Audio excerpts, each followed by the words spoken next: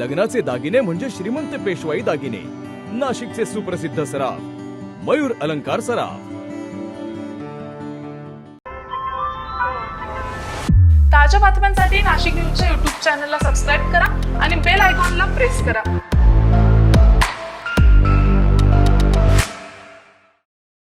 नाशिक जिल्ह्यातील कादवा नदीचं प्रदूषण आता टोकाला पोहोचतंय. रासायनिक सांडपाण्यामुळे नदी अक्षरशः विषारी बनली असून शेतकरी आणि नागरिकांच्या जीवाशी खेळ सुरू असल्याचा आरोप होतो. याच पार्श्वभूमीवर आता संतप्त नागरिक रस्त्यावर उतरलेत. एमपीसीबी कार्यालयासमोर बेमुदत धरणे आंदोलन सुरू करण्यात. दिंडोरी तालुक्यातील औद्योगिक वसाहत विशेषतः लखमापूर परिसर इथल्या काही कंपन्यांकडून सातत्यानं रासायनिक सांडपाणी सोडण्यात येत असल्याचा आरोप आहे. हे दूषित पाणी इथल्या काही कंपन्यांकडून सातत्यानं रासायनिक सांडपाणी सोडण्यात येत असल्याचा आरोप आहे. हे दूषित पाणी थेट नाल्यांमार्गे कादवा नदीत मिसळत असल्यामुळे नदीची अवस्था दिवसेंदिवस गंभीर होत चालली. या प्रदूषणामुळे जलस्रोत दूषित झाले आहेत, शेतजमिनींचं मोठं नुकसान झालंय आणि लाखो जलचरांचा मृत्यू झाल्याचा दावा केला जातोय. त्यामुळे स्थानिक नागरिक आणि शेतकऱ्यांच्या आरोग्यावर गंभीर धोका निर्माण झाला. या सर्व पार्श्वभूमीवर परिवर्तन पर्यावरण संरक्षण आणि संवर्धन समिती आणि स्थानिक नागरिकांच्या वतीनं नाशिकमधील महाराष्ट्र प्रदूषण नियंत्रण मंडळाच्या कार्यालयासमोर बेमुदत धरणे आंदोलन सुरू करण्यात आले. गेल्या वर्षभरापासून आम्ही या एमपीसीबी ऑफिसला निवेदनं देतोय, मेल करतोय, त्यानंतर फोन करतोय. ते फोन पण अटेंड करत नाही आणि कुठल्याही प्रकारचं उत्तर आम्हाला त्या ठिकाणी देत नाही. आणि असं काही वाटतंय की कंपनीचे आणि यांचे काही आर्थिक लागेबंदे आहे की काय, आणि ते असल्या कारणाने आमच्या ह्या गोरगरीब जनतेला, शेतकऱ्यांना या ठिकाणी न्याय मिळत नाही की काय, असं वाटतंय. कादवा नदी जी दूषित होत चालली आहे याचा बंदोबस्त एमपीसीबीने लवकरात लवकर करावा हीच आमची अपेक्षा. आणि जर लवकरात लवकर होत नसेल तर आम्हाला पुढच्या याला सामोरे जायला महाराष्ट्र प्रदूषण मंडळाचा आम्ही ताळे ठोकून चक्का जाम पण इथं करू, हे तर नक्कीच. दोषी कंपन्यांकडून पर्यावरणीय नुकसान भरपाई वसूल करावी, बँक गॅरंटी जप्त करून कंपन्यांना क्लोजर नोटीस द्यावी, सीपीसीबी कडून उच्चस्तरीय चौकशी करून फौजदारी गुन्हे दाखल करावेत आणि संबंधित भ्रष्ट अधिकाऱ्यांवरही कारवाई करावी, या आंदोलनकर्त्यांच्या प्रमुख मागण्या आहेत.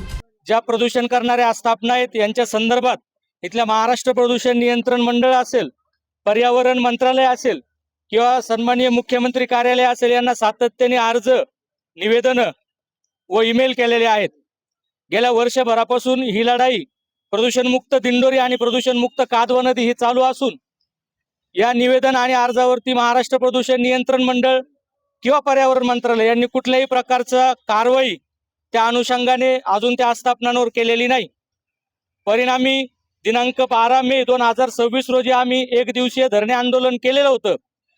त्या दिवशी महाराष्ट्र प्रदूषण नियंत्रण मंडळाचे प्रादेशिक अधिकारी श्री किल्लेदार साहेब यांनी आम्हाला आश्वासन दिलं होतं की 15 दिवसात आम्ही दिंडोरी तालुक्यामधील सर्व प्रदूषण करणाऱ्या आस्थापनांची चौकशी करू आणि जो दोषी आढळेल त्याच्यावरती सक्त कारवाई करू.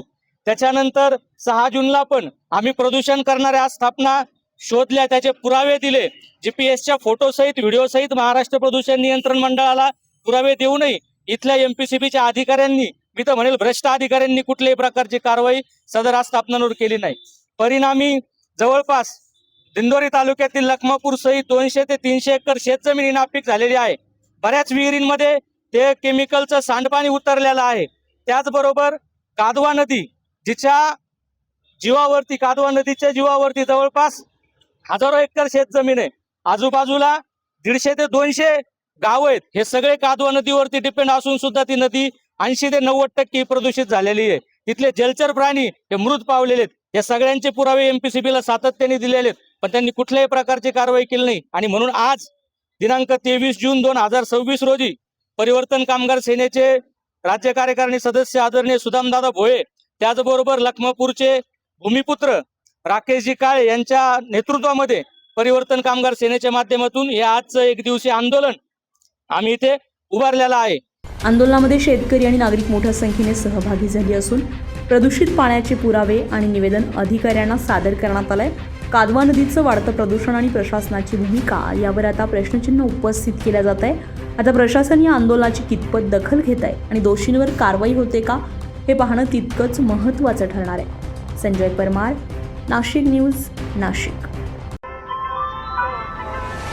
ताज्या बातम्यांसाठी नाशिक न्यूजच्या यूट्यूब चॅनलला सबस्क्राईब करा आणि बेल आयकॉनला प्रेस करा.